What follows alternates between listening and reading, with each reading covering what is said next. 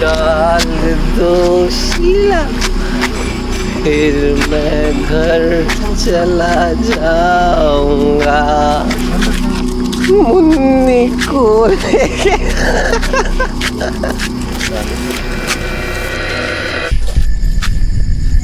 अरे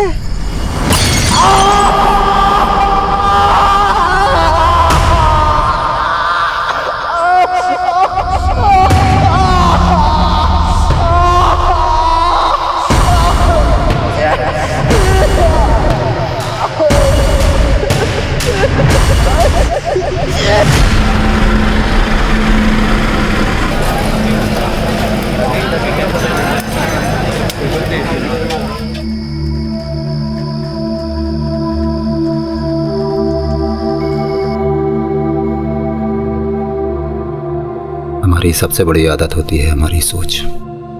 जब तक ये आदत नहीं बदलती तब तक हालात नहीं बदलते हैं।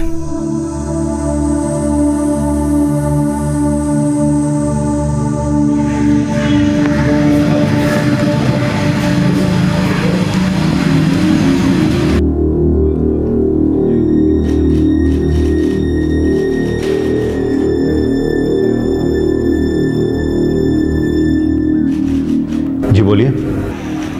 मैंने अपने बेटे का खून किया है, मार दिया उसको जान से, खत्म कर दिया सब कुछ। साहब एक मिनट साहब सुनिए। साहब ये मेरे ससुर है साहब, और इन्होंने आपसे जो भी कहा है साहब झूठ कहा है। मैंने मारा अपने शौहर को, समीर को मैंने मारा है साहब। सबीना तू घर जा। साहब ये झूठ बोल रही है, ये मुझे बचाना चाहती है साहब। नहीं साहब मैं सच कह रही हूँ, समीर का कत्ल मैंने ही किया है साहब। सबीना मैंने कहा ना तू घर जा। साहब मैं सच कह रहा हूँ साहब। दिल्ली ट्रांसपोर्ट कॉरपोरेशन में काम करने वाले रहमत शेख, जिनकी उम्र करीब 60 साल की है, वो एक दिन करमपुर पुलिस स्टेशन में आते हैं और अपने इकलौते बेटे की हत्या का जुर्म कबूलते हैं। उसी समय वहां पर मरने वाले समीर शेख की पत्नी सबीना शेख भी आती है और कहती है कि ये कत्ल रहमत ने नहीं बल्कि उसने किया है। कौन झूठ बोल रहा था और कौन सच? क्या सबीना सिर्फ अपने ससुर को बचाना चाहती थी? आखिर किसने मारा था समीर को?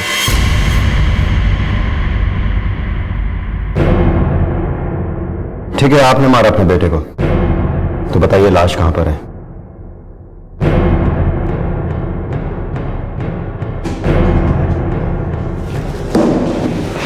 सर, हाँ संतोष, हमारे पास एक केस आया जिसमें 2 लोग एक ही कत्ल की बात कबूल रहे हैं। अब दोनों में सच कौन बोल रहा है पता नहीं। तुम एक टीम लेकर उस लोकेशन पर जाओ जो रहमत शेख ने बताई है। Yes sir. अब समीर की लाश ही सारा सच बोलेगी।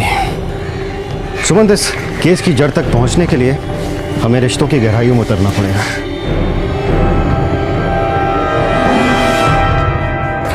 रहमत जी, आपने पहले भी अपने बेटे के खिलाफ घरेलू हिंसा की शिकायत की है।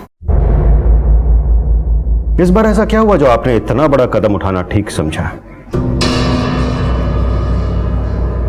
हर बाप जब अपने बच्चे को उंगली पकड़ के चलना सिखाता है तो यह उम्मीद बिल्कुल नहीं करता है कि बड़ा होके उसी पर वो उंगली उठाए।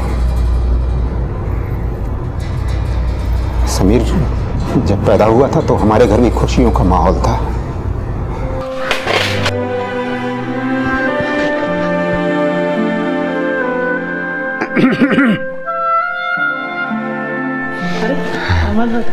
मुबारक हो। शुक्रिया, आप लोगों को भी मुबारक हो।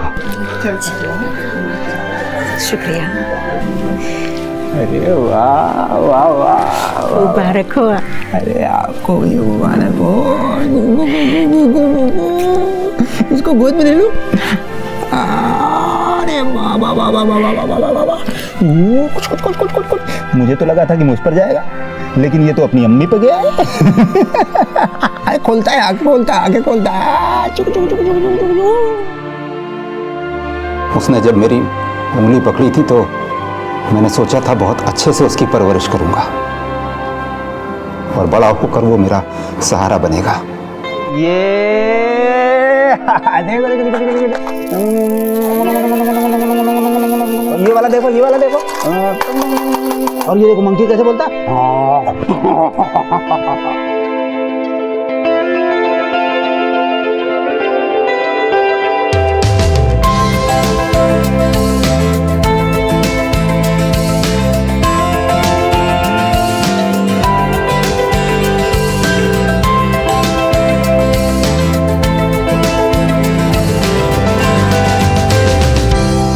जब आप दोनों में इतना प्यार था तो फिर बाद में क्या हुआ? समीर मेरा बेटा नहीं, मेरा ख्वाब था। समीर बहुत अच्छा क्रिकेट खेलता था और बड़े होकर बहुत बड़ा क्रिकेटर बनना चाहता था।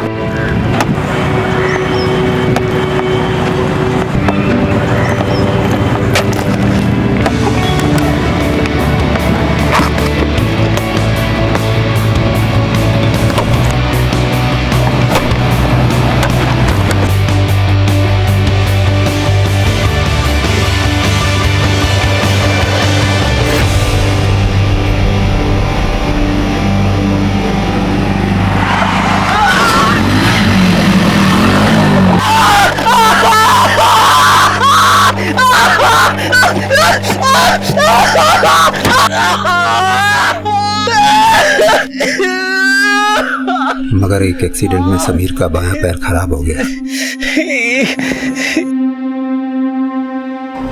पैर खराब होने की वजह से वो कभी भी दोबारा क्रिकेट नहीं खेल पाया। यही उसका एक इकलौता ख्वाब था जो पूरी तरह से टूट चुका था। मैंने बाप होने के नाते उसको बहुत समझाया, बहुत कोशिश की हर तरह से कि बेटा पैर खराब होने की वजह से किसी इंसान की किस्मत नहीं खराब हो जाती है। प्यार से समझाया, डांट से समझाया, हर तरीका अपनाया, लेकिन शायद बहुत देर हो चुकी थी। वक्त के साथ साथ समीर चिड़चिड़ा होता चला गया और फिर अपने आपे से बाहर निकल गया। ह्यूमन साइकोलॉजी यानी कि मनोविज्ञान के हिसाब से जब किसी इंसान को ऐसी चोट लगती है जिसका सीधा संबंध उसकी जिंदगी के लक्ष्य से होता है तो उसे गहरा आघात पहुंचता है। समीर की दिखने वाली चोट तो ठीक हो गई थी, लेकिन उसका जो घाव था वो उसके जहन में अब भी बाकी था, जो शायद किसी को दिखाई नहीं दे रहा था। अब मेरे रिटायरमेंट को सिर्फ 5 ही साल बचे हैं। देख समीर, मैं तुझे अपने पैरों पर खड़े हुए देखना चाहता हूँ। दुनिया भी उसी का साथ देती है जो उनका साथ दे। अरे जिस तरह से तू चल रहा है ना, उस तरह से तू अपना ही साथ देने के लायक नहीं बचेगा। क्या रोज रोज की खिटखिट लगा के रखी है? अरे जिससे तू खिटखिट बोल रहा है ना, बड़ा होने के नाते समझा रहा हूँ। पॉलिटेक्निक के कोर्स के लिए तुझे पैसे दिए थे, अपने निकम्मे दोस्तों के साथ तूने उड़ा दिए। जिंदगी मेरी है और मुझे खुद पता है मुझे कौन सी टेक्निक कहाँ लगानी है। और आपने ये रोज रोज की ना लेक्चरबाजी बंद कर दो। अरे और कुछ नहीं तो अपनी इस छोटी बहन का ख्याल कर। कैसे करेगा इसका निकाह? मैं क्यों करूंगा इसका निकाह? आपने पैदा किया है ना, तो आप करेंगे इसका निकाह। और पैसे की इतनी फिक्र हो रही है ना, तो अम्मी को इतनी महंगी गोलियां देने के साथ साथ एक 4 रुपए की सल्फास की गोली दे दो। पैसे भी बचेंगे और उन्हें जन्नत भी नसीब होगी। आप ज्यादा परेशान मत होइए, समीर अपनी जिम्मेदारियों को समझ जाएगा। अरे कब समझेगा अपनी जिम्मेदारियों को? मैंने तो सारी उम्मीद ही खो दी है। अभी भी एक उम्मीद बाकी है। ऐसा करते हैं, उसका निकाह करा देते हैं। बीवी और बच्चों का बोझ इंसान को जिम्मेदार बना देता है। और फिर मेरी बीवी ने मुझे सलाह दी, किसी अच्छी लड़की को देखकर समीर के साथ उसका निकाह करा दीजिए। पहले मैं इस सलाह के बिल्कुल खिलाफ था। मैं नहीं चाहता था कि किसी भी लड़की की ज़िंदगी समीर के साथ बर्बाद हो। और फिर मुझे बीवी की जिद के सामने घुटने टेकने पड़े। मुझे भी उसकी जिद में एक उम्मीद की किरण दिखाई दी और फिर हमने समीर का निकाह सबीना के साथ करवा दिया।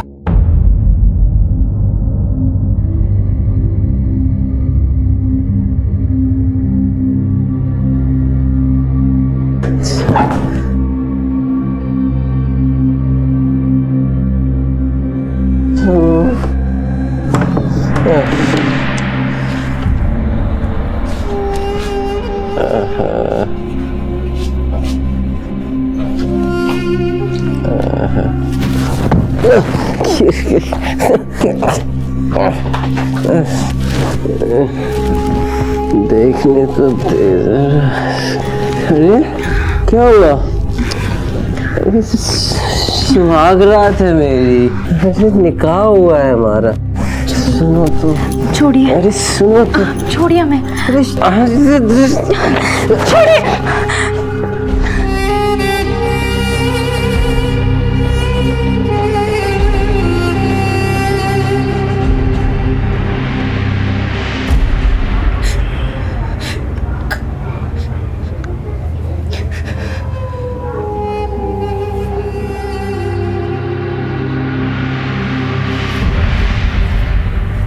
अरे नूर, तुम ये सब क्यों कर रही हो? मैं आ गई हूँ ना, अब मैं संभाल लूंगी, मुझे करने दो। अभी कल ही तो आपका निकाह हुआ है और अभी से आप ये सब करोगे? नहीं नहीं, तुम ये सब छोड़ो, अब बस ससुराल जाने की तैयारी करो और ये सीखो कि सास ससुर का ध्यान कैसे रखते हैं। हाँ, मैं ये सब कर लूंगी। अरे भाभी, ये आपका हाथ कैसे कट गया? रुखसती के वक्त इधर उधर कहीं से लग गया होगा, ध्यान नहीं रहा ना। ये चाय हो गई? हाँ भाभी, मैं अम्मी अबू को चाय देती हूँ, आप सब्जी काट। हाँ हाँ हाँ, बिल्कुल।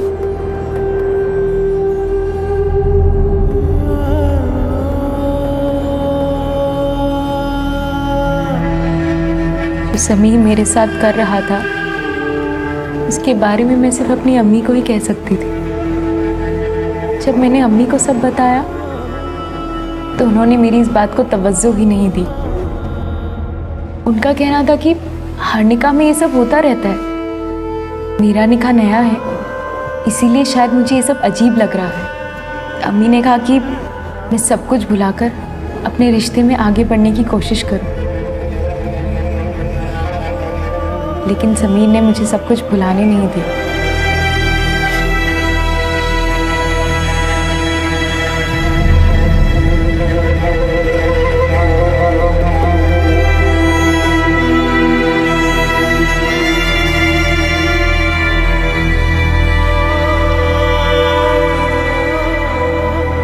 मैं सब कुछ सहती रही।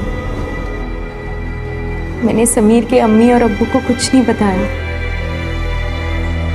वो अच्छे लोग थे साहब, मैं उन्हें दुख नहीं पहुंचाना चाहती थी।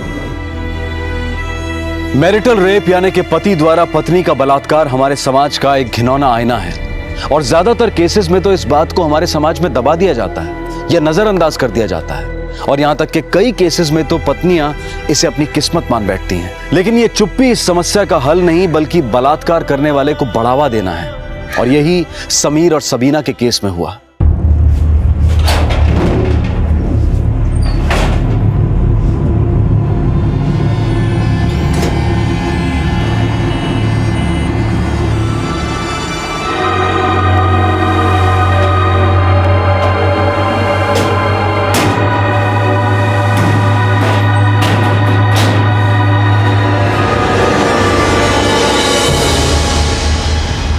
हमारे एक गलत फैसले से सबीना की जिंदगी बर्बाद हो गई। हमने सोचा था कि इस निकाह की वजह से हमारा बेटा समीर सुधर जाएगा, लेकिन ये नहीं सोचा था कि अगर ऐसा नहीं हुआ तो सबीना की जिंदगी पर क्या गुजरेगी। और बिल्कुल ऐसा ही हुआ।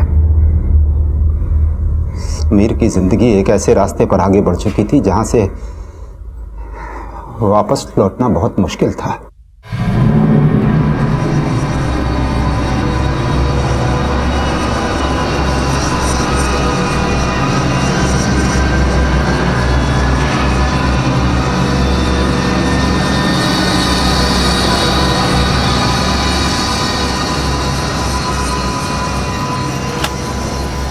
ये मेरे खून पसीने की कमाई है, तुझे अय्याशी में उड़ाने नहीं दूंगा मैं। अगर तेरी पैदाइश के वक्त मुझे पता होता ना कि इस घर में शैतान जन्म लेने वाला है तो उसी वक्त तेरा गला घोंट देता मैं। छाती पर लेके जाओगे पैसा? हाँ, करोगे क्या इसका? इस मरियल बुढ़िया पे खर्चा करने के लिए सब कुछ है, लेकिन मेरे लिए नहीं है। घर तो आपसे चलता नहीं, लेकिन जुबान दिन रात चलती है। मुझे ज्यादा समझाने की कोशिश की ना तो इस घर के साथ साथ इस घर की हर चीज बेच दूंगा, समझे? लाद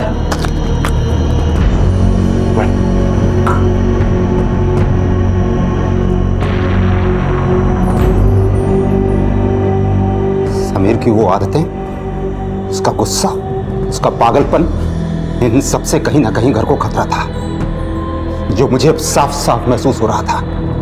आज उसने पैसे चुराकर हमारे साथ बदतमीजी की, कल को घर के सारे पैसे खत्म हो जाते, वो किसी भी नीच हरकत पर उतर सकता था। वो मेरी बेटी नूर को भी भेज सकता था, और ये मैं बिल्कुल बर्दाश्त नहीं कर पाता। मैंने हर नाकाम कोशिश की उसकी गंदी आदतों को खत्म करने की, लेकिन उसकी गंदी आदतें खत्म नहीं हुई, इसीलिए मैंने उसे खत्म कर दिया, मार दिया उसे, मार दिया उसे।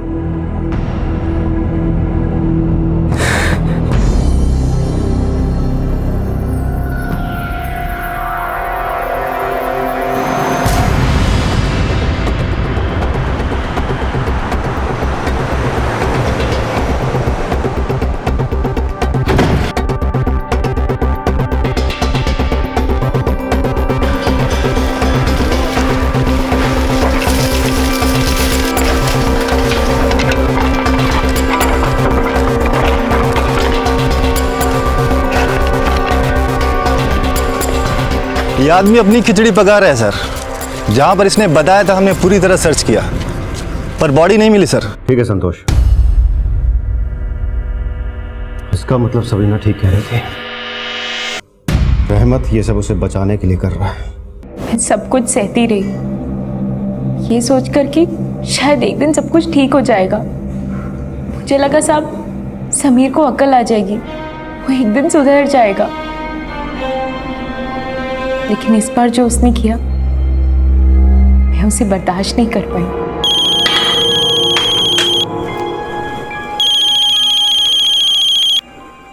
हेलो जी,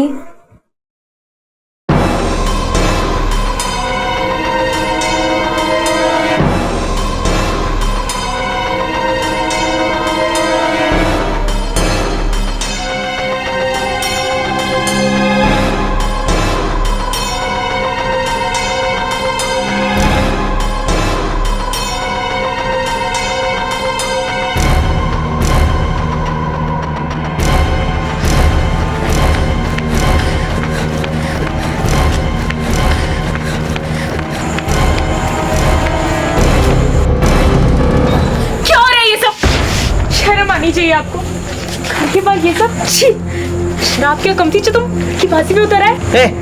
तू होती कौन है मेरी जिंदगी में दखल देने वाली? हाँ, तुझे तो मुझसे सारे मजे मिलते हैं ना, या मैंने कोई कसर छोड़ी है? अभी इसके आगे मैं किसी के साथ कुछ भी करूं, जीऊं मरूं सोऊं पीऊं, तू होती कौन है मेरी जिंदगी में दखल देने वाली? जो जिल्लत में बंद कमरे में सहती रही वो अब पूरी दुनिया के सामने थी। सब एक औरत अपने शौहर की मार तो सह सकती है, लेकिन वफाई पर वार नहीं। मैं बर्दाश्त नहीं कर पाई साहब, मार डाला मैंने उसे, मार डाला मैंने। सबीना, तुमने अपने पति को कहां मारा और कहां ठिकाने लगाया उसकी लाश को?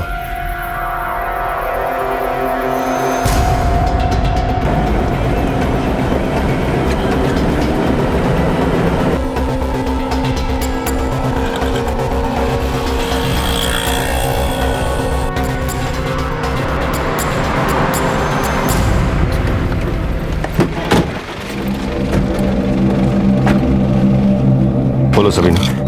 साहब यही मारा था मैंने उसे। हाँ मारा था, तो फिर लाश किधर है? मालूम नहीं साहब, यही होनी चाहिए थी। सुमन एक काम करो, सारी एरिया चेक करो।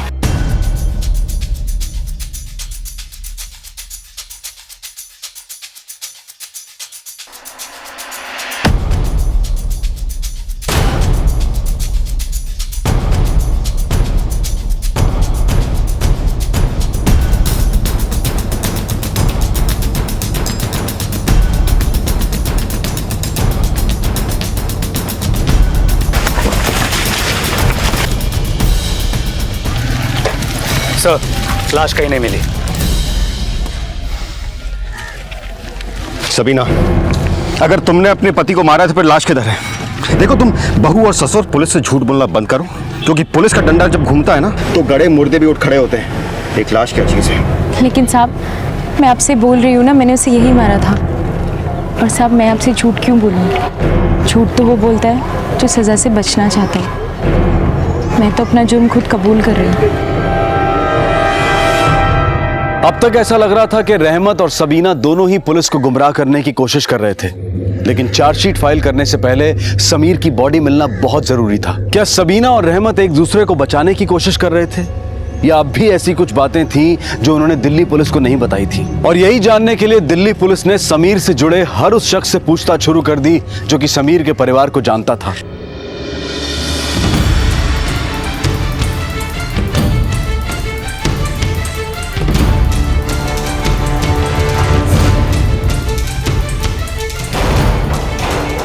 अंदर चलो।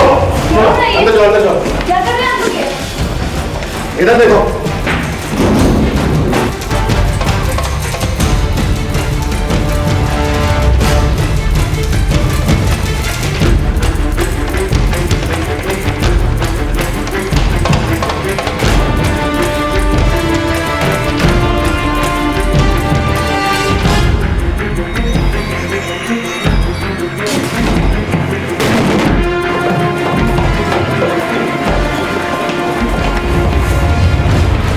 साहिब, कहीं भी कुछ नहीं मिला।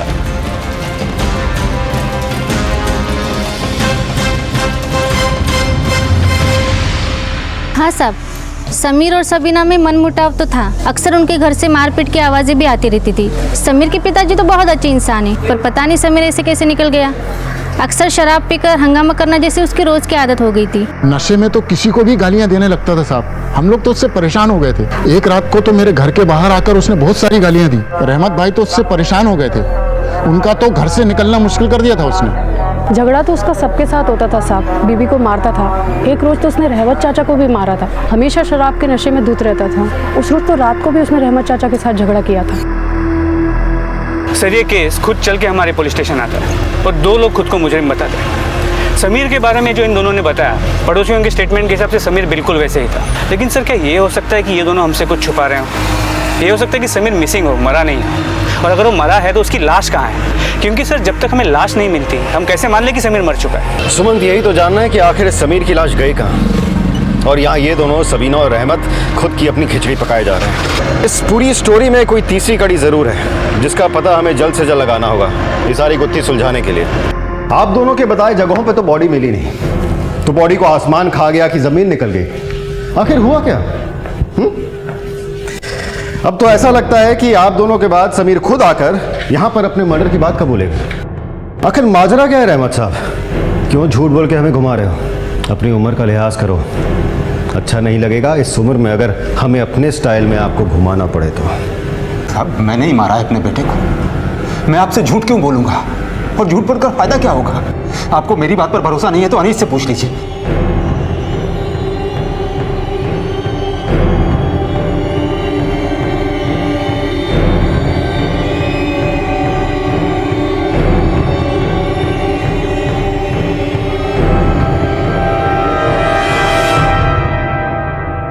सर, अनीस की कुंडली निकाल ली है। पहले भी 2 मर्डर और 3 हाफ मर्डर कर चुका है। फिलहाल बेल पे बाहर है। उसका घर का पता भी रहमत ने दे दिया है। सुमंत, ऐसे लोग क्राइम के बाद उन अड्डों पे नहीं मिलते जहां पर वो अक्सर मिला करते हैं। यानी जरूर किसी बिल में छुपा होगा। एक काम करो, इसकी फोटोग्राफ चारों तरफ सर्कुलेट कराओ और अपने हर खबरी को आगाह कर दो।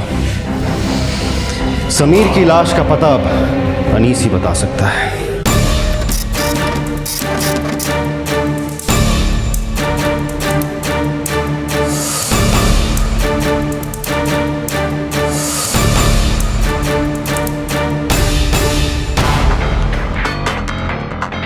अनीस कहाँ है? पता नहीं साहब, 3 दिन से घर नहीं आया। हम लोग भी चिंता कर रहे हैं। अगर वो आपको कांटेक्ट करता है तो सबसे पहले आप हमें बताएंगे।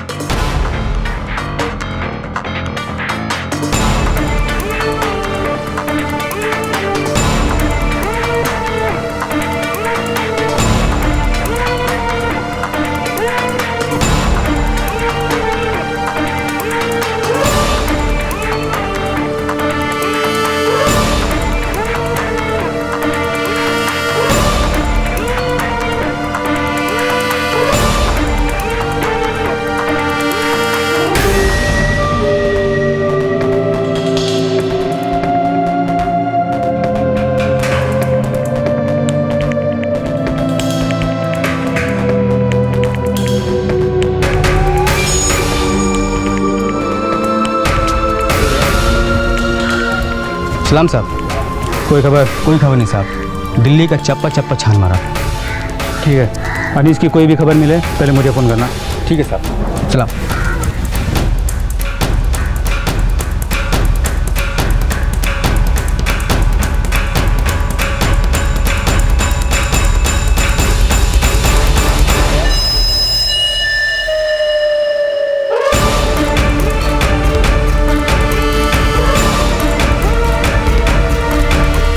अनीस वो रहा।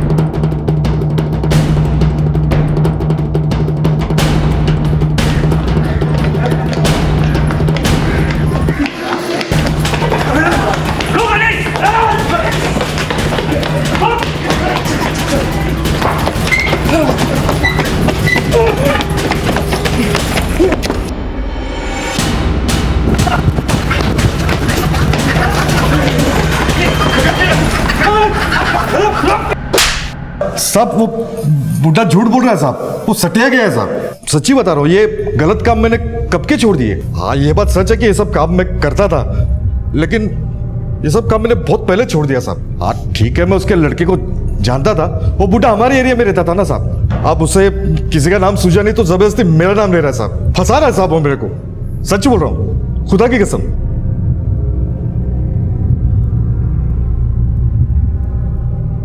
अब तक इस केस में जितने भी नाम सामने आए थे उनमें से किसी को भी मुजरिम साबित करना आसान नहीं था, क्योंकि दिल्ली पुलिस के पास अब तक कोई ऐसा ठोस सबूत नहीं था जिसके आधार पर किसी को अरेस्ट किया जा सके। और कानूनन अब पुलिस इन तीनों को 24 घंटे से ज्यादा नहीं रोक सकती थी, इसलिए मजबूरन उन्हें सबीना, रहमत और अनीस को छोड़ना पड़ा।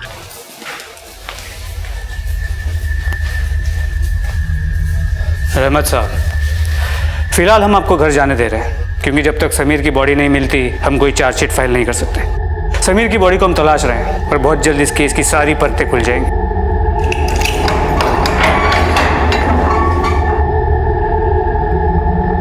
अनीस, अभी तुझे जाने दे रहा हूँ, क्योंकि हम अब भी डेड बॉडी की तलाश कर रहे हैं, जिसके बिना केस आगे नहीं बढ़ सकता। लेकिन तू जब तक बेल पर बाहर है ना, इस थाने में शक्ल दिखाते रहना। हाँ साहब, शक्ल दिखाते रहूंगा साहब।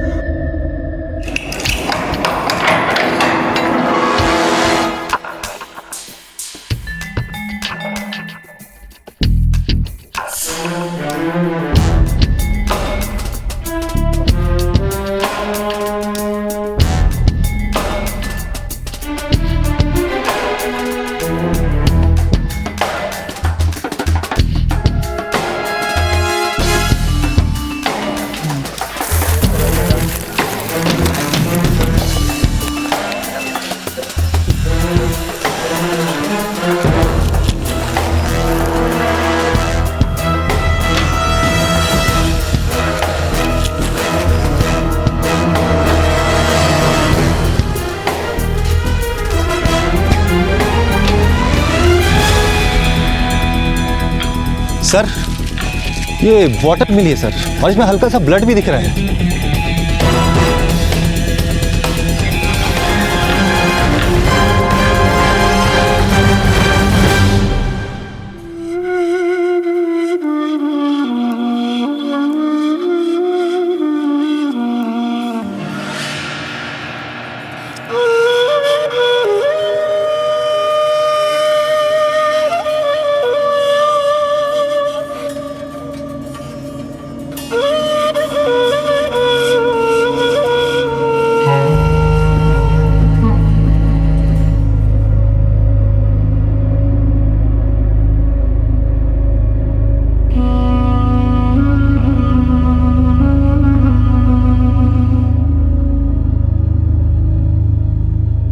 मैंने कहा ना, पुलिस के सामने मैं जाऊंगा।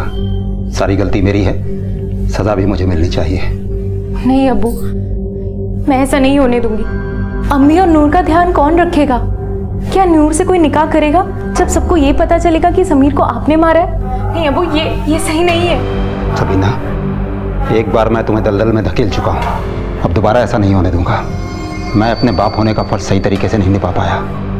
अगर मैं ये फर्ज सही तरीके से निभाता तो आज ये दिन नहीं देखना पड़ता। मैं जा रहा हूँ, तुम नूर और अम्मी का ख्याल रखना।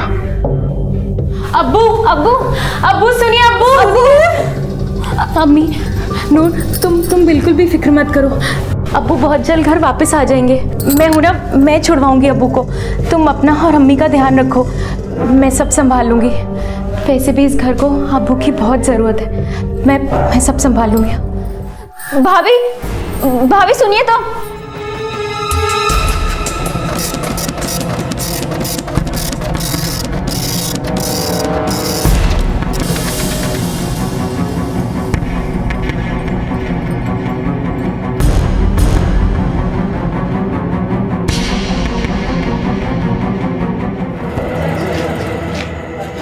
अरे सलाम साहब, जानते हो दोनों को?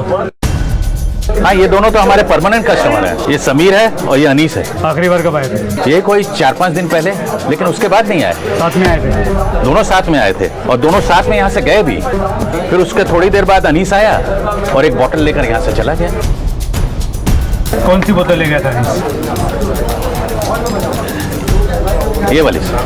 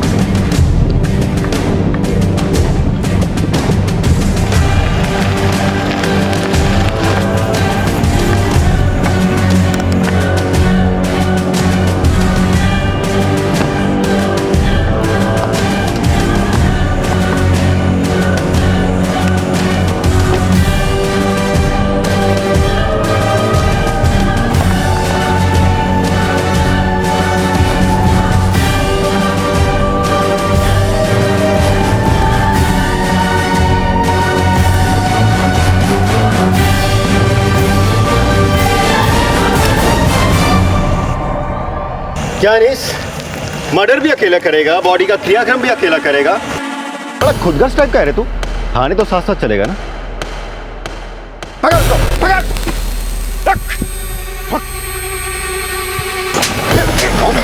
वो तो नहीं कर रहा था। चलेगा साल तू? चल मर जाएगा साहब, मर जाएगा। बता दो साहब, सच बताता हूँ साहब।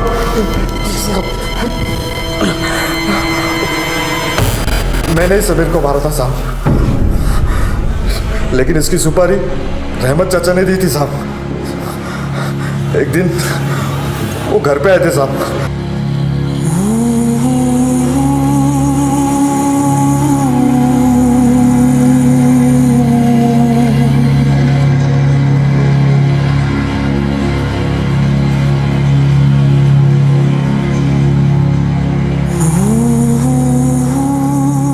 मैं तो कहता हूँ चाचा, एक बार फिर से सोच लो।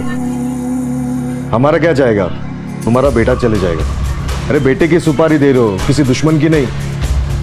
बोले तो उसके हाथ पैर ही तोड़ देता हूँ, इतने में सुधर जाएगा वो।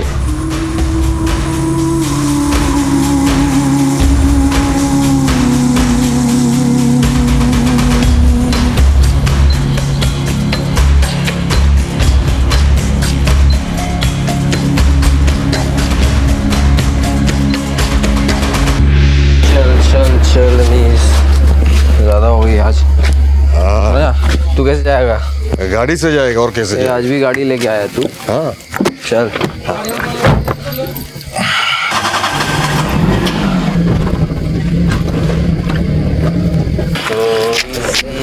तो डाल दो शीला, फिर मैं घर चला जा मुन्नी को लेके।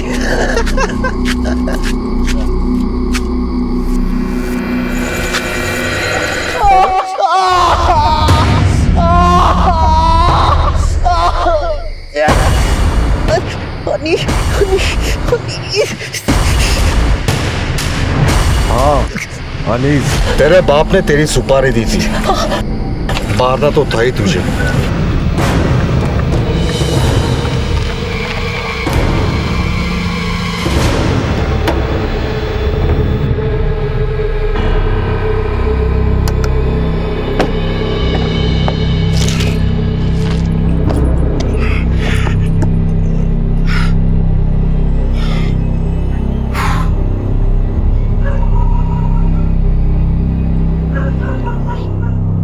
तो फिर लाश जलाने की नौबत क्यों आई?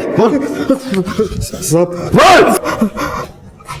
आप लोगों को मुझ पे शक हो गया था, इसलिए मैं भी डर गया था साहब। इसलिए मैंने फैसला किया कि लाश को जला डालूं साहब। तो साहब, वो लाश ही नहीं रहेगी तो फिर सबूत ही नहीं रहेगा ना साहब।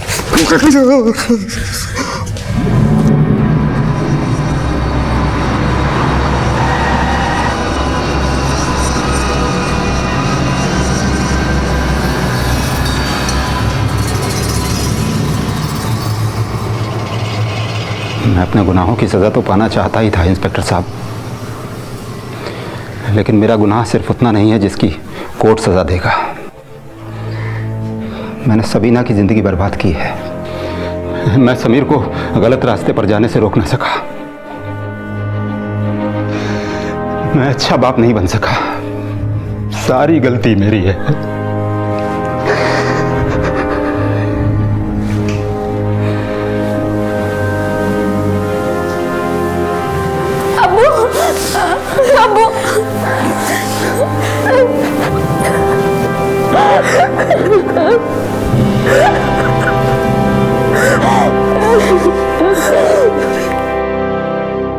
शराब या किसी भी प्रकार का नशा इंसान को खोखला बना देता है, और जब नशे की लत नशा करने वाले के ऊपर हावी हो जाती है तब वो सही और गलत का फर्क भूल जाता है। आज हमारे देश में ऐसे कई रिहैबिलिटेशन सेंटर हैं जहां पर इस नशे की आदत से निजात दिलाने के लिए फ्री सहायता भी दी जाती है। और यही नशे की लत समीर के परिवार को भी तबाह कर रही थी, लेकिन रहमत ने जो किया उसने इस पूरे परिवार को ही तबाह कर दिया।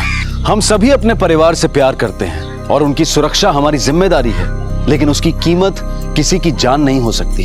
रहमत के एक गलत फैसले का हर्जाना आज पूरे परिवार को भुगतना पड़ रहा है, क्योंकि परिवार का सबसे समझदार और जिम्मेदार सदस्य रहमत शेख आज जेल की सलाखों के पीछे है। समीर की बॉडी रिकवर होते ही रहमत और अनीस को हत्या और हत्या की साजिश के लिए अरेस्ट कर लिया गया। अब अपनी बची हुई जिंदगी वो जेल में गुजारेंगे।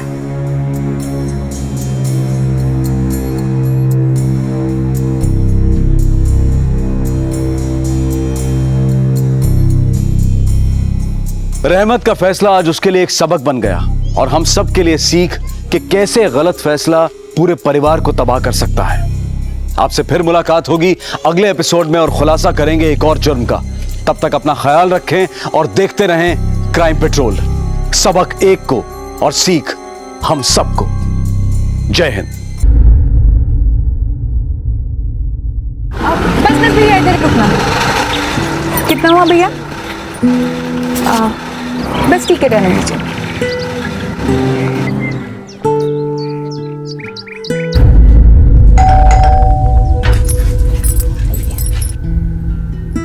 साहब, रश्मि मैडम आई है।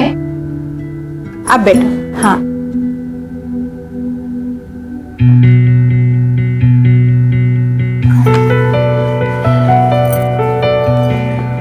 रश्मि आ गई तुम? हाँ सर। अच्छा काम करो, तुम स्टडी में जाके बैठो, मैं अभी आता हूँ। ओके।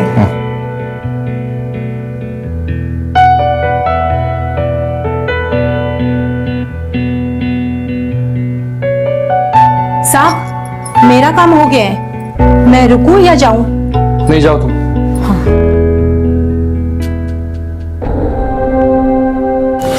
सर, ये क्या कर रहे हैं आप? वही जिसके लिए तुम आई हो। लेकिन दरवाजा खुला है। डोंट वरी, कोई नहीं है घर में।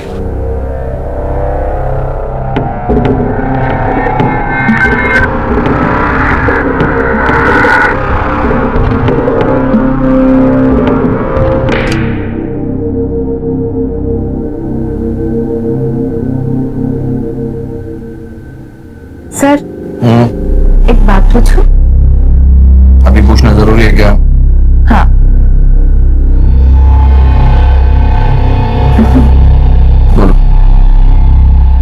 लोग शादी कब करेंगे? जरूर करें। मेरा वनीता से डिवोर्स होते ही।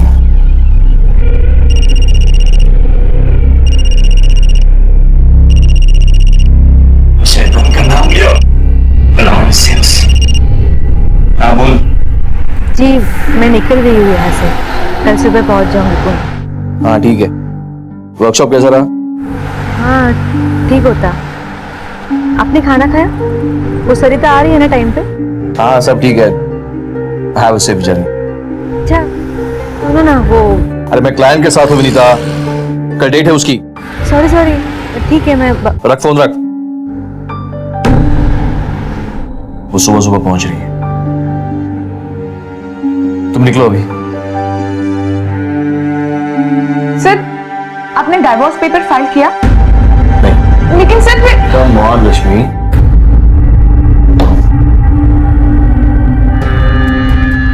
एक लॉयर होकर तुम ऐसी बातें करती हो। तुम्हें पता है ना रश्मि कि ये डिवोर्स केसेस कोर्ट में कितने कॉम्प्लिकेटेड हो जाते हैं, और मैं ट्राई कर रहा हूँ कि डिवोर्स म्यूचुअल कंसेंट पे हो जाए। वनीता जानती है कि वो कभी मां नहीं बन सकती। मुझे बच्चे बहुत पसंद है।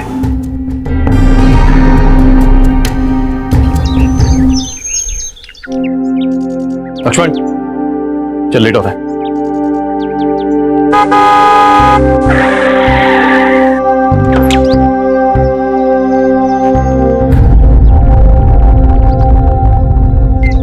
आप आज जल्दी निकल रहे?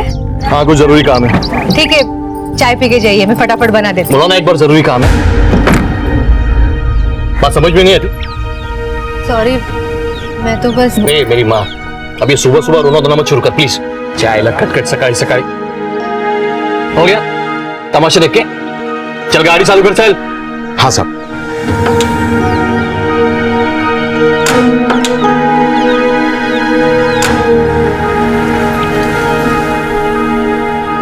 ले और ये ले। तू भी डालना। ये ले ये बेंकी ये 20 पकड़। खत्म है। चल ले चल ले 20।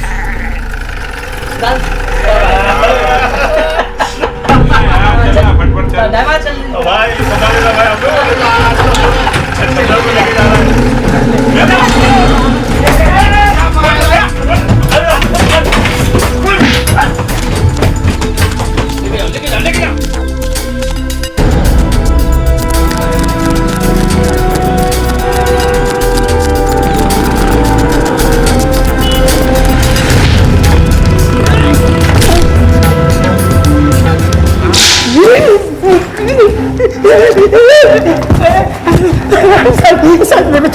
राजू नेवले नाम है ना तेरा? सुपारी ले रहा है? किसको ने मारा है? चपट्टा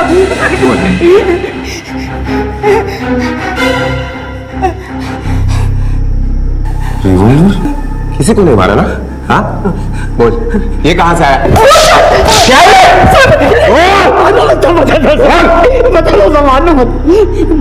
मैं तो सुपर किलर नहीं हूँ साहब, मैं तो छोटा मोटा झोल करने वाला आदमी हूँ साहब। वो 3 महीने पहले एक वकील का सुपारी मिला था, तभी ये मिला था अपन को। वकील को मार डाला?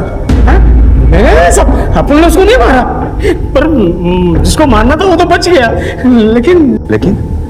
लेकिन क्या? वो गलती से एक औरत टपक गई। 3 महीने पहले एक शूटआउट में एक औरत अपनी जान गंवा बैठी और उसकी 4 साल की मासूम बच्ची अनाथ हो गई।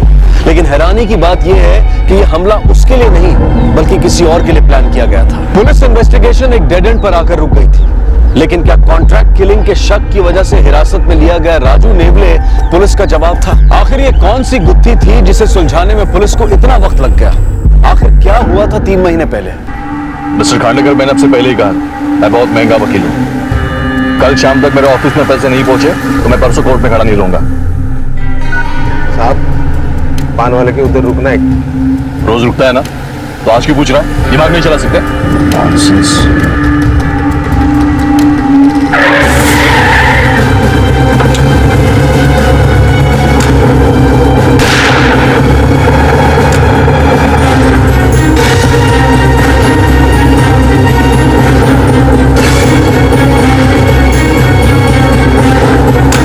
चल लवकर चल चल चल लवकर चल।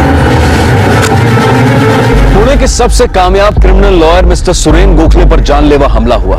मिस्टर गोखले तो बच गए, लेकिन इस हमले में एक निर्दोष औरत को अपनी जान गंवानी पड़ी और उस औरत की 4 साल की मासूम बच्ची अनाथ हो गई। पुलिस ने सबसे पहले हिस्ट्री शीटर्स को पकड़ा और फिर मिस्टर गोखले के प्रोफेशनल सर्कल में छानबीन शुरू की, लेकिन कोई भी पुख्ता सबूत उनके हाथ नहीं लगा। हमला करने वाले को बस एक ही शख्स ने देखा था और वो था एडवोकेट गोखले का ड्राइवर लक्ष्मण।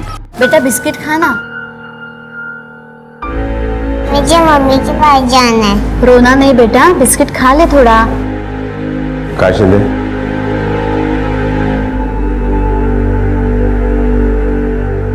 बराबर है साहब, बराबर है। ऐसे ही दिखता था वो। ठीक तरह से देखो। हाँ साहब, सेम टू सेम।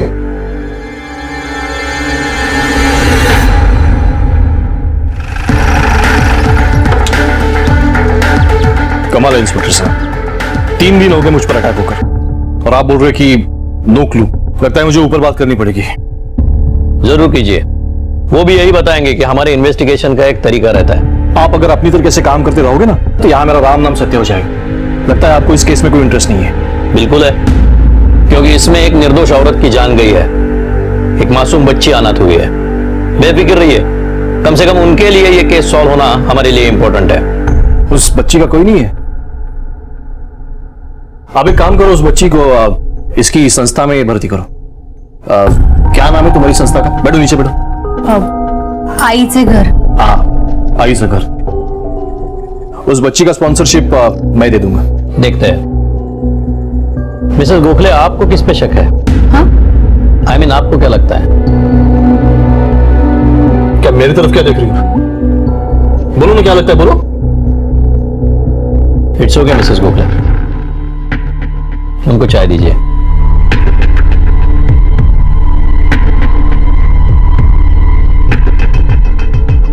एक्चुअली जब से अटैक हुआ है डर सी गई है।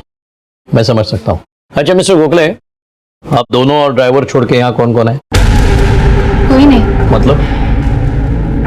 वैसे एक काम वाली बाई आती है, वो यही पास में बस्ती में रहती है, और हमारा माली हफ्ते में 2 बार आता है। ठीक है, मुझे उनके नाम और फोन नंबर दीजिए। जी अभी देती हूँ।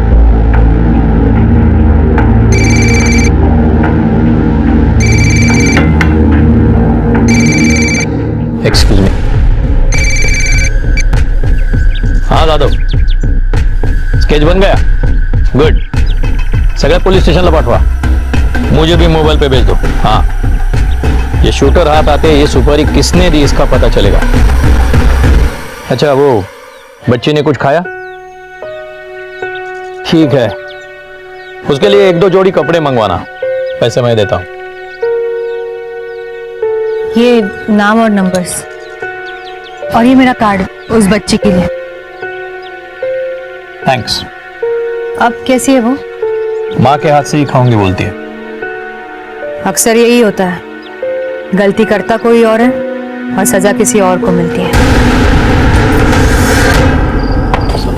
गोखले की बीवी वनीता, उसके बारे में और इंफॉर्मेशन निकालने की कोशिश करना।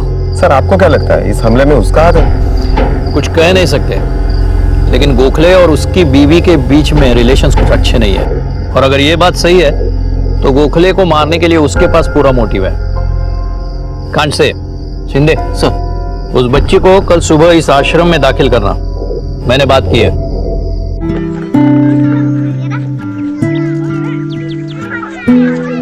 बच्ची का और जो कुछ भी सामान है वो मैं मंगवा लूंगी।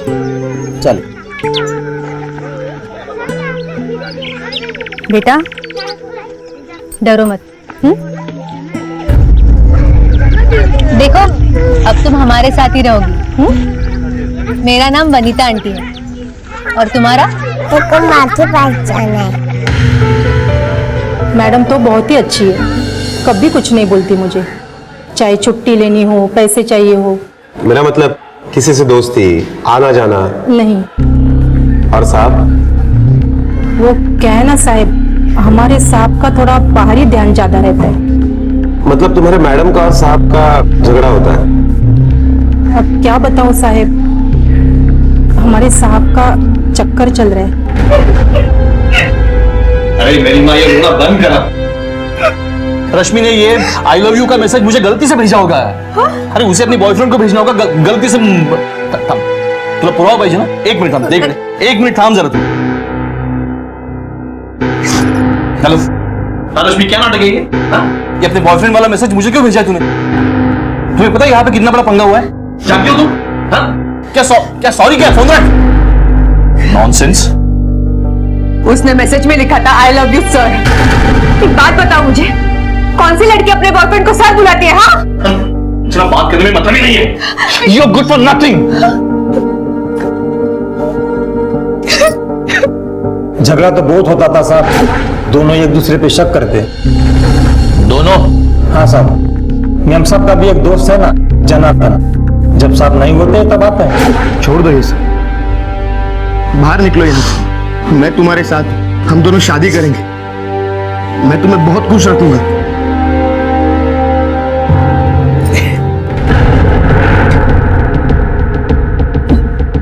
डिस्टर्ब किया मैंने? नहीं, हाँ तो बोलो, चला जाता हूँ ऑफिस। फिर चल ले तो तुम्हारी रात पीला। क्यों? गोखले, मुंह संभाल के बात करना। चुप रे, घर मेरा है, मुंह मेरा। तू कौन था बोलने वाला? और तूने तो घर की कोठी बना दिया है? गोखले,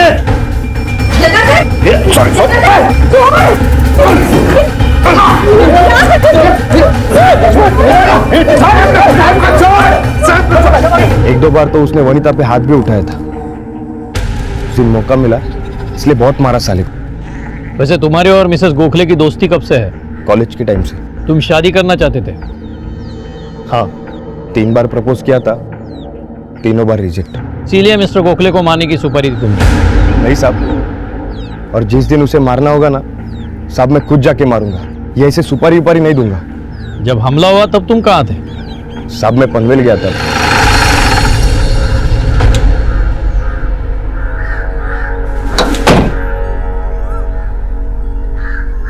जैन सर।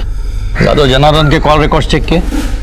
जी सर, जिस दिन अटैक हुआ उस दिन मोबाइल लोकेशन के हिसाब से वो इस शहर में नहीं था, और कॉल रिकॉर्ड में भी कुछ भी अनयूजुअल नहीं मिला है। फिर भी नजर रखना उस पे।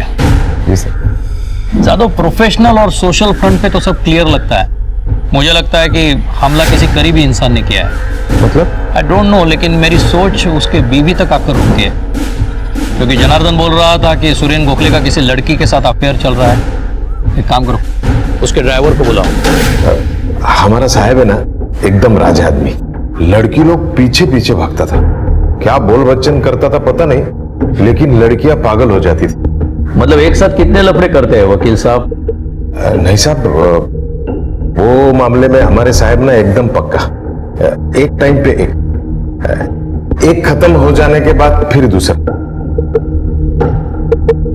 तो कोई लड़की तेरे सांप के गले में कभी हड्डी बन के नहीं अटकी? नहीं नहीं साहब, हमारा साहब मस्त हैंडल करता था। हाँ, पर एक लड़की थी जिसने हमारे साहब को बहुत रुलाया। गाड़ी में फुल एसी होता था, मगर साहब के पसीने छूट जाते थे। कौन थी वो लड़की? पल्लवी, साहब की असिस्टेंट थी।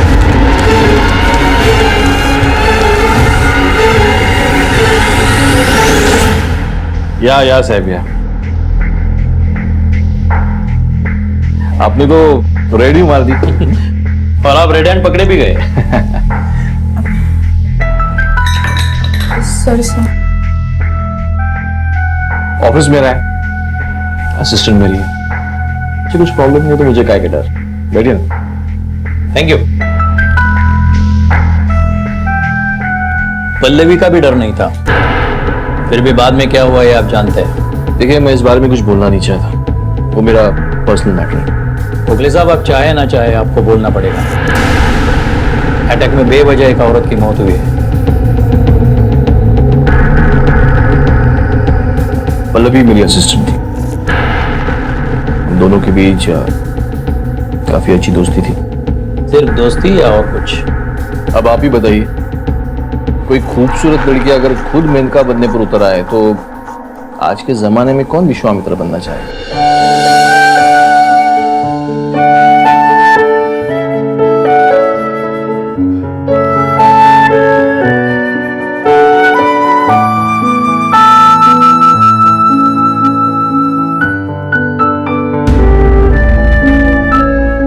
आपने तो कुछ खाया ही नहीं।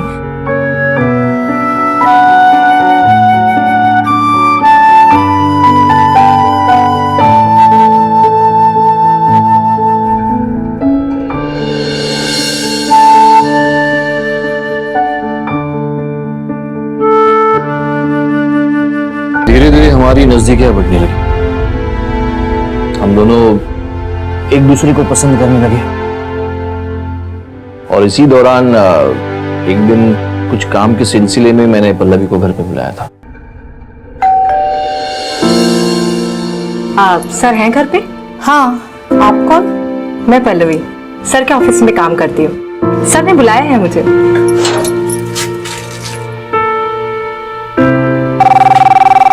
एक मिनट। हाँ, हेलो। हाँ मेम साहब। हाँ हाँ, माली आके गया। नहीं, साहब तो आज घर पे ही है। आप बस भगवान जी का दर्शन करो वहां पे। आगे आगे क्या हुआ? हेलो। क्या हो गया? कुछ नहीं सर, एकदम से पाँव ट्विस्ट हो गया। ओके ओके, बैठो बैठो बैठो बैठो बैठो, यहाँ पे बैठो। कहाँ पे दर्द हो रहा है? सर यहाँ दर्द हो रहा है।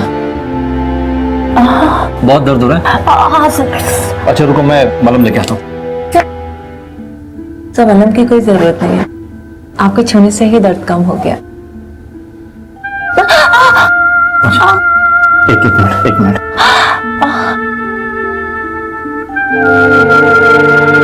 आपके हाथों में तो जादू है सर।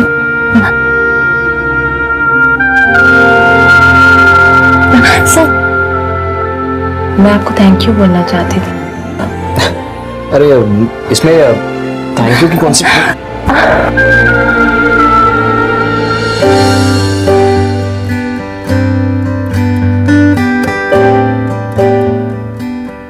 पल्लवी, मैंने भी सोचा नहीं था मैं अपनी इस शादीशुदा जिंदगी की मर्यादा को तोड़ दूंगा। मर्यादा? प्यार को कोई मर्यादा रोक थोड़ी ना सकती है। और आप इतना टेंशन क्यों ले रहे हैं? हम एक काम करते हैं, आप मुझे वकालत सिखाइए और मैं आपको प्यार करना सिखा दूंगी। कुछ भी करके वो मेरी शादी तोड़वाना चाहती थी। लेकिन कुछ नहीं, मैं अगर शादी करूंगी तो बस आपसे, वरना नहीं करूंगी। क्या आप अभी मुझसे शादी नहीं करना चाहते? अरे मैंने ऐसा कब कहा? तो बस आप अपनी बीवी को डिवोर्स दे दो। पल्लवी, कैसी बातें कर रही हो तुम? एक लॉयर होकर तुम ऐसी बातें कैसे कर सकती हो? प्यार में ये सब नहीं सोचा जाता। आप बस जल्द से जल्द अपनी बीवी को नोटिस भेज दो। तुम समझने की कोशिश क्यों नहीं कर रही हो पल्लवी? कि शादी तोड़ना इतना आसान नहीं होता। शादीशुदा होके मेरे साथ में बाकी सब कुछ करना आपके लिए आसान था। मुझे ना ही कुछ सुनना है और ना ही कुछ समझना। हमारे बीच जो कुछ भी हुआ था वो म्यूचुअली हुआ था, कोई जबरदस्ती वाला मामला नहीं था। वो बहुत ही पीछे पड़ गई तो मैंने उसे नौकरी से निकाल दिया। लेकिन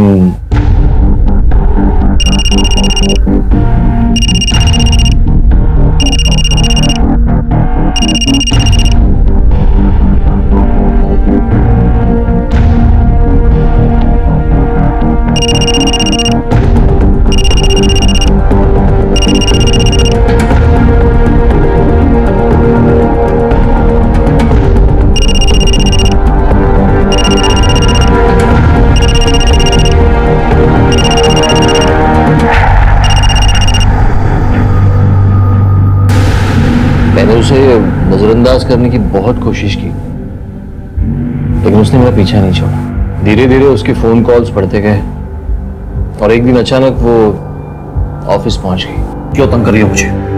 क्या चाहिए तुम्हें? वैसे तो मैं सिर्फ तुम्हें चाहती हूँ, लेकिन फिलहाल कुछ पैसों की जरूरत। कितने चाहिए? 5 लाख रुपए। 5 लाख? दिमाग ठिकाने है तुम्हारा? नहीं दूंगा। तो ठीक है, मुझे मेरी जॉब वापस दे दो। देखो पल्लवी, ब्लैकमेल है। Don't cross the line. Line तब क्रॉस होगी जब मैं तुम्हारा पूरा सच मीडिया के सामने लाऊंगी। और जब मीडिया वाले तुम्हारे आगे पीछे कैमरा लेके घूमेंगे ना, तब तुम्हें समझ आएगा मैंने उसे बेनिफिट ऑफ डाउट दिया। सोचा पैसों की प्रॉब्लम हुई होगी तो पैसे भी दिए और जॉब भी दी, लेकिन शायद उसे मुझे तंग करने में मजा आने लगा था। मेरे एक क्लाइंट की फाइल उसने ऑपोजिट लॉयर को बेचने की कोशिश की और पकड़ी। फिर एज पर द गाइडलाइन उसे अपना लीगल प्रैक्टिस का लाइसेंस खोना पड़ा। उसके बाद वो कहाँ चली गई मुझे पता नहीं। फिर कुछ दिन बाद अचानक उसका फोन आया, लेकिन इस बार मैं अलर्ट था, तो मैंने वो फोन कॉल रिकॉर्ड किया। मुझे वो रिकॉर्डिंग सुनना है।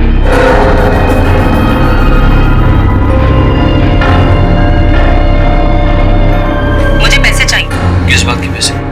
कि तुम भी अच्छे तरीके से जानते हो कि मैं किस चीज के पैसे मांग रही हूँ। देखो पल्लवी, तुम मुझे ना कुछ देखना है और ना ही सुनना। मुझे जो कुछ भी कहना था ना, मैं तुम्हारी बीवी से कह चुकी हूँ।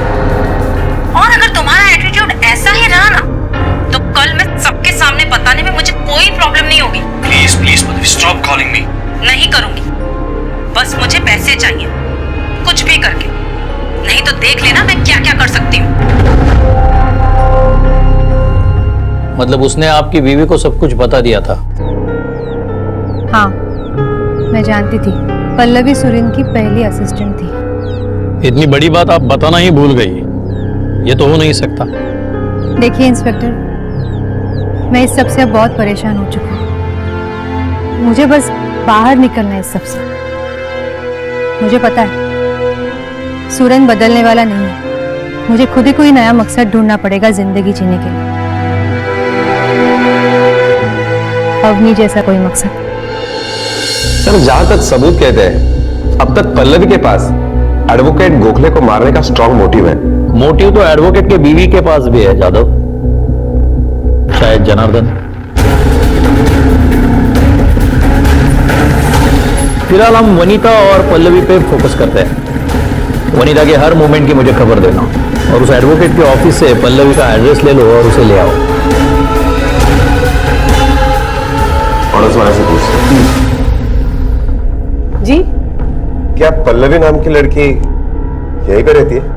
हाँ, रहती तो है, अकेली रहती है, लेकिन कुछ हफ्तों से दिखी नहीं है।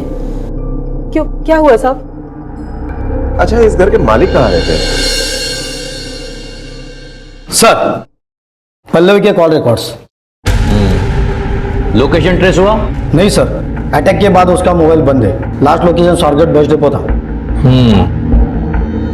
शायद शहर छोड़कर गई है। कमाल करते हो आप लोग। एक अनजान लड़की को फ्लैट किराए पर देते हो और उसके कुछ डिटेल्स तक नहीं रखते आप। एग्रीमेंट तक नहीं बनवाया आपने। साहब, लेकिन लड़की अच्छे घर की दिख रही थी, खुद लॉयर भी है, तो मैंने सोचा कि। ठीक है, वो डिटेल्स है उसके? ज्यादा तो कुछ पता नहीं साहब, लेकिन बोलने में बहुत बार नासिक का नाम आता था। नासिक? हाँ। नासिक में कौन रहता है उसका?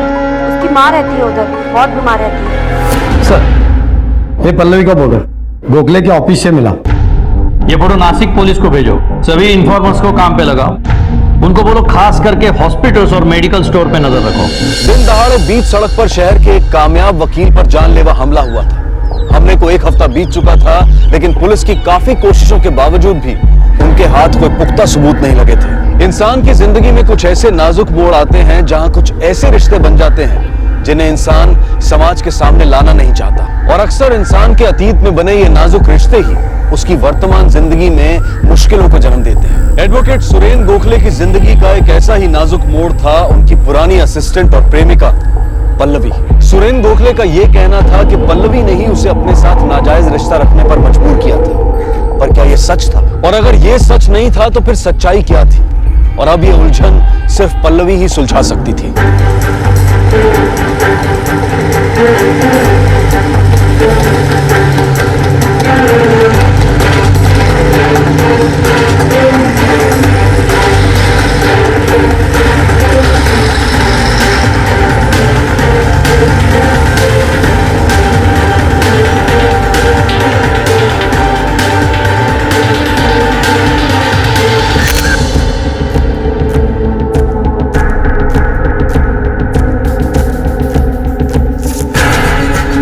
यही है पल्लवी।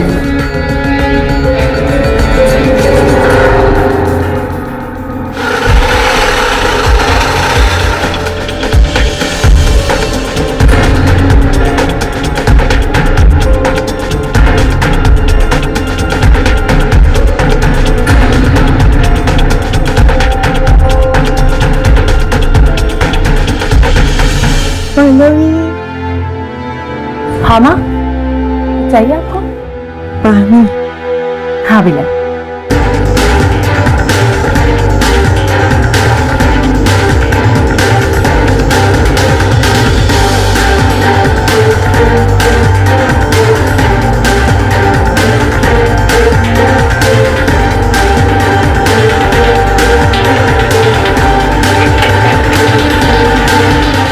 पल्लवी, जी आप कौन? PSI Jadhav, Pune. Please please stop calling me. नहीं करूंगी, बस मुझे पैसे चाहिए, कुछ भी करके। नहीं तो देख लेना मैं क्या क्या कर सकती हूँ।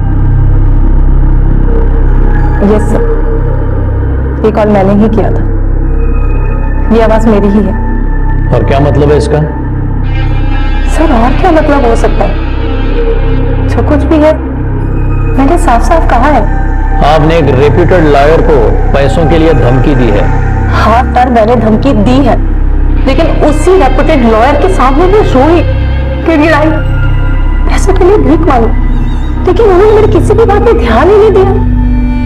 ये कॉल मेरा 7वां 8वां कॉल है उन्हें। इससे पहले की कॉल नहीं सुना उन्होंने आपको? लेकिन मिस्टर गोखले आपको पैसे क्यों दे? मेरी जिंदगी बर्बाद करने के, मेरा करियर खत्म करने के पैसे सर। मतलब? सर मेरा बार लाइसेंस कैंसिल हो गया, मेरी नौकरी चली गई, सिर्फ और सिर्फ इस सुरेंद्र गोखले की वजह से। लेकिन तुमने खुद चुना है ना ये रास्ता। सर कोई भी लड़की ना इस रास्ते को खुद नहीं चुनती है, इस रास्ते पे मुझे जबरदस्ती धकेला गया है। क्या हो गया? अरे मैडम, क्यों? कुछ नहीं, एकदम से पावर ट्विस्ट हो गया। अच्छा ठीक है, अंदर आओ, तुम जाओ, बात करो, मैं देखता हूँ। आराम से आराम से। ओके।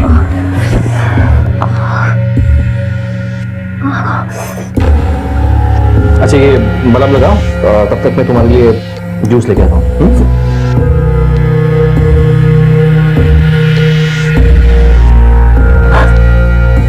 ठीक लग रहा है? अब थोड़ा ठीक है sir. Low juice P low. Thank you.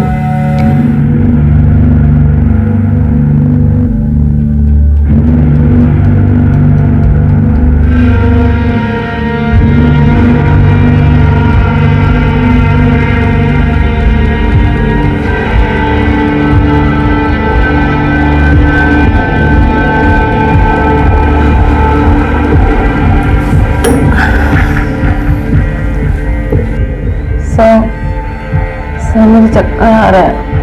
हाँ वो बाहर धूप बहुत है ना, कहीं तुम चल के तो नहीं आई?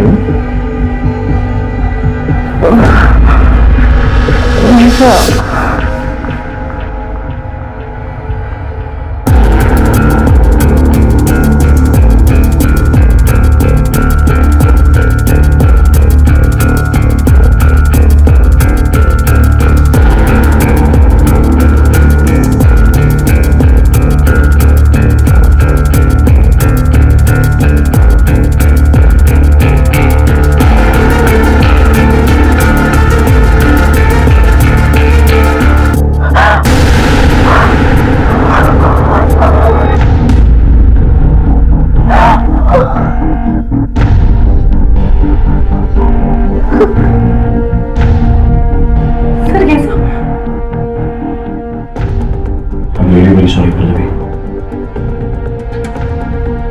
कल हम इतने करीब थे, मैं अपने आप को रोक नहीं पाया। पल्लवी मैंने कभी कहा नहीं, but I love you.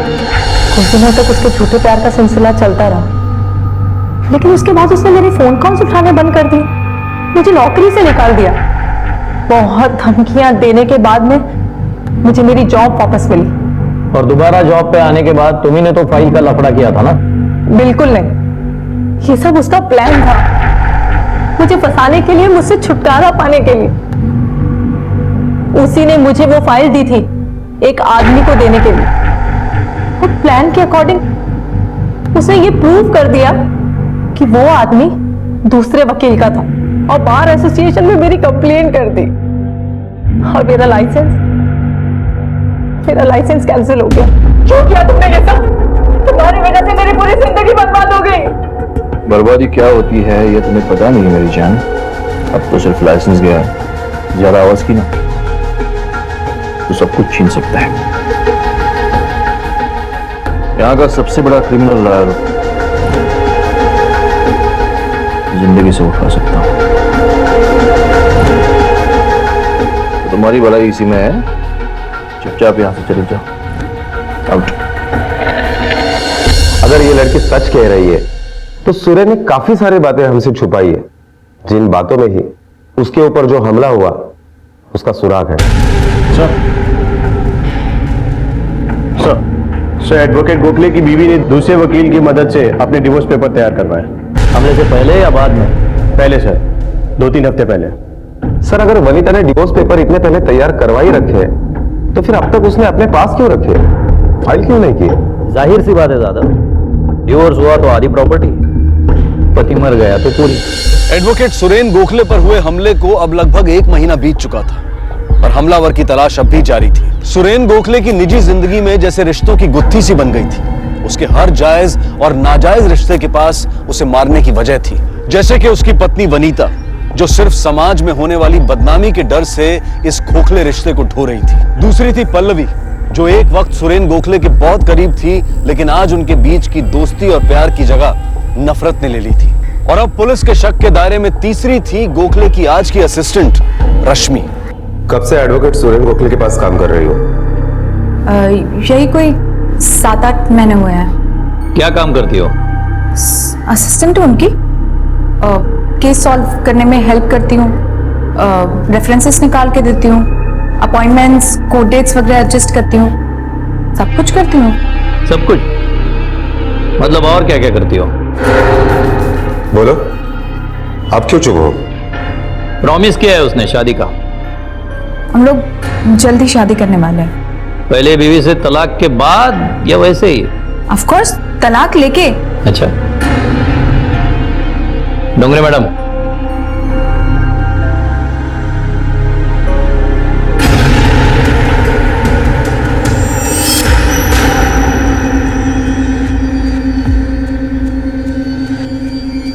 Pallavi, Suren Gokhale के एक्स असिस्टेंट।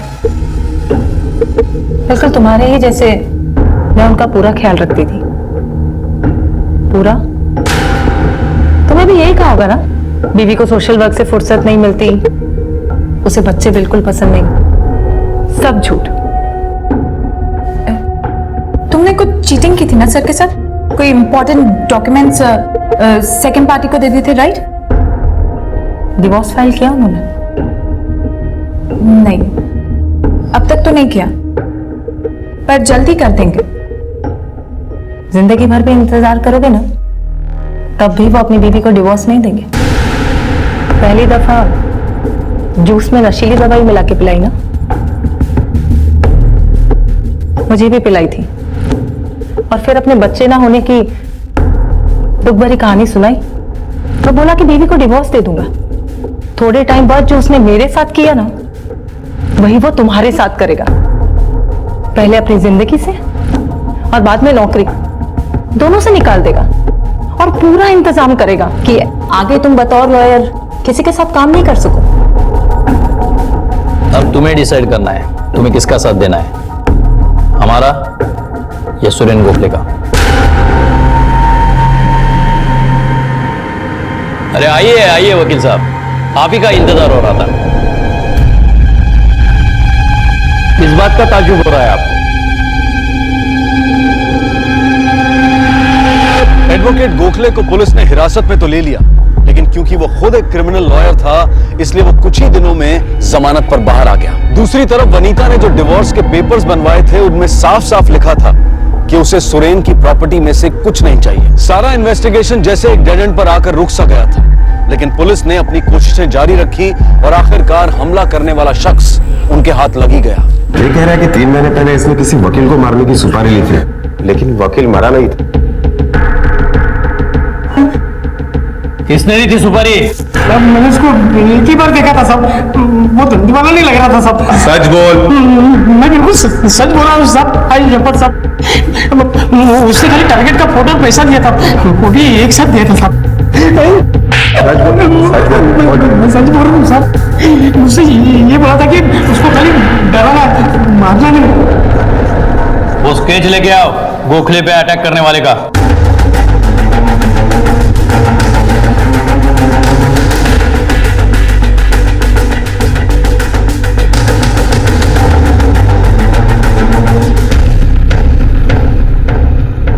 जादव एक काम करो, गोखले वकील और उसके ड्राइवर को ले आओ। योगा कहे साहब, आज कौन सी नई कहानी सुनाने वाले? उन लड़कियों के कहने पे आपने मुझे अंदर किया, लेकिन आप मेरा कुछ नहीं बिगाड़ पाए। आपको अंदाजा नहीं है मैं क्या चीज हूं। अरे नहीं नहीं नहीं गोखले साहब, क्या आप भी, बल्कि इस बार तो अच्छी खबर है, आप पे हमले की सुपारी देने वाला पकड़ा गया है।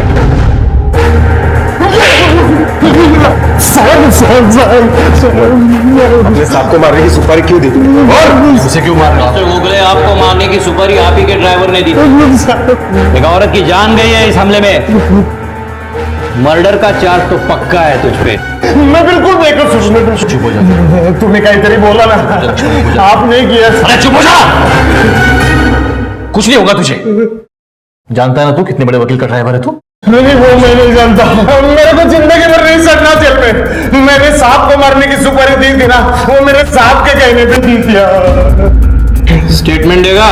देगा देगा। जादव, इसे स्टेटमेंट ले लो और अरेस्ट वारंट निकालो।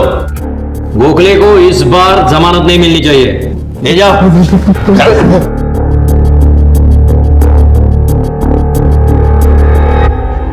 गोखले साहब, अब कितने भी बड़े लॉयर क्यों ना हो, कानून से बड़े नहीं हो सकते।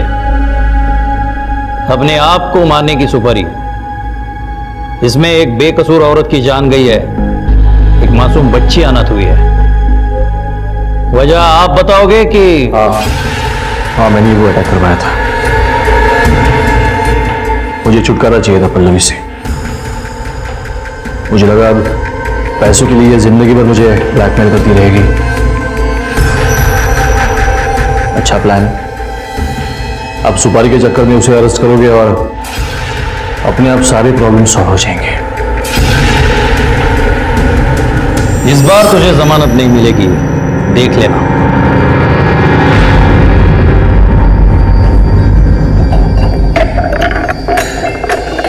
आईचं पत्र हरवलं, दे मला सापडलं. आईचं पत्र हरवलं, दे मला सापडलं. आईचं पत्र हरवलं, दे मला सापडलं. आईचं पत्र हरवलं, दे मला सापडलं. आईचं पत्र हरवलं. माँ मुझे भूख लगी है. क्या कहा आपने? वापस कहो। माँ मुझे भूख लगी है.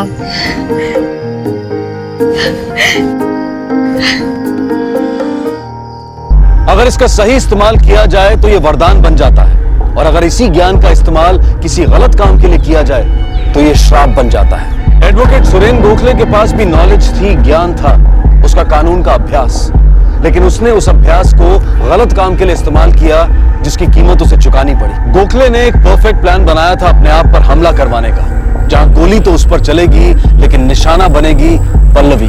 गलत इरादे मन में रखकर काम करने वाला कोई ना कोई गलती तो करता ही, और हर गुनहगार कोई ना कोई सुराग पीछे छोड़ ही जाता है। दुर्भाग्य की बात तो यह है कि इस पूरे खेल में एक निर्दोष औरत को अपनी जान गंवानी पड़ी और एक मासूम बच्ची बेसहारा हो गई। जिंदगी में बना एक गलत रिश्ता पता नहीं कितनी और गलतियों को जन्म देता है, और ना जाने कितनी मासूम जिंदगियों को बर्बाद कर देता है। आपसे फिर मुलाकात होगी अगले एपिसोड में और खुलासा करेंगे एक और जुर्म का। तब तक अपना और अपने परिवार का ख्याल रखें और देखते रहें क्राइम पेट्रोल डायल 100। सबक एक को सीख हम सबको। जय। इस तरह के और भी एपिसोड देखने के लिए हमारे चैनल को सब्सक्राइब करें और बेल आइकन दबाना ना भूलें।